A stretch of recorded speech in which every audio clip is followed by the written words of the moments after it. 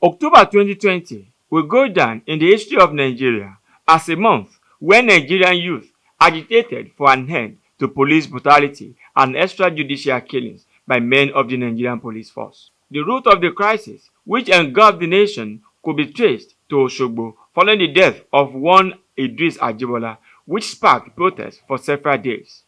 In a bid to find lasting solution to the crisis, each state of the federation was mandated by the federal government to set up judicial panel of inquiry to investigate the police brutality and extrajudicial killing.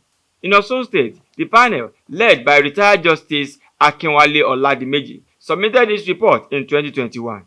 On Thursday, May 12, 2022, Governor Oyetola took a very significant action on the report as he commenced its implementation in earnest. The governor paid cash compensation to victims and family of the victims of police brutality as recommended by the panel.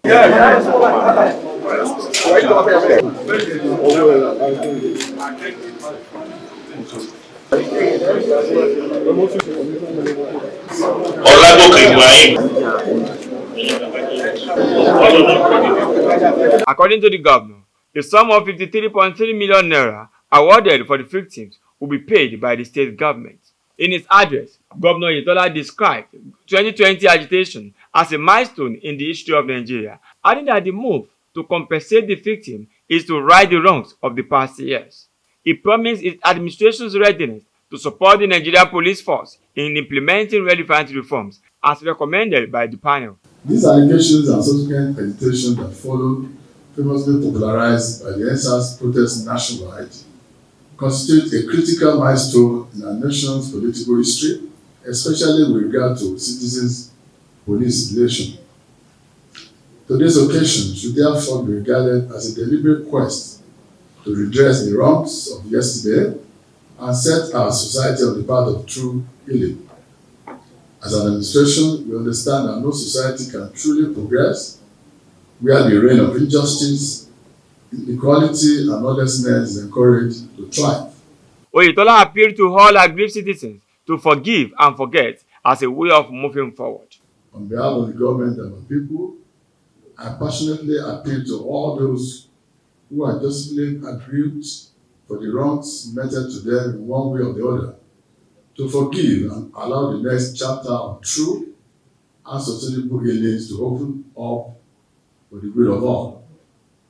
I assure you that we are committed to supporting the Nigerian police force in fully implementing relevant reforms that will enable it to play its role of maintaining law and order.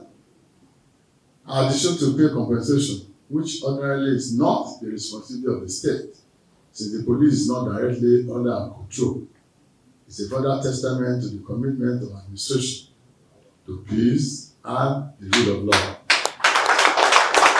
Earlier, the chairman of the committee, retired Justice Oladimeji, addressed the gathering on the report submitted to the government. Made various recommendations to the victims who sustained injury from the police. I'm just hearing for the first time that Delta and Ondo State must pay.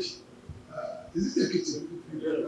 Well, and Delta, is it okay? Well, I'm just hearing that for the first time. I must salute the government.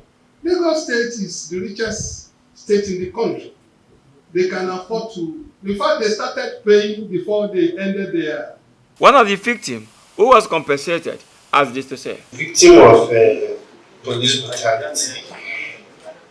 It happened on April 25, 2017, around 11 a.m. in the morning.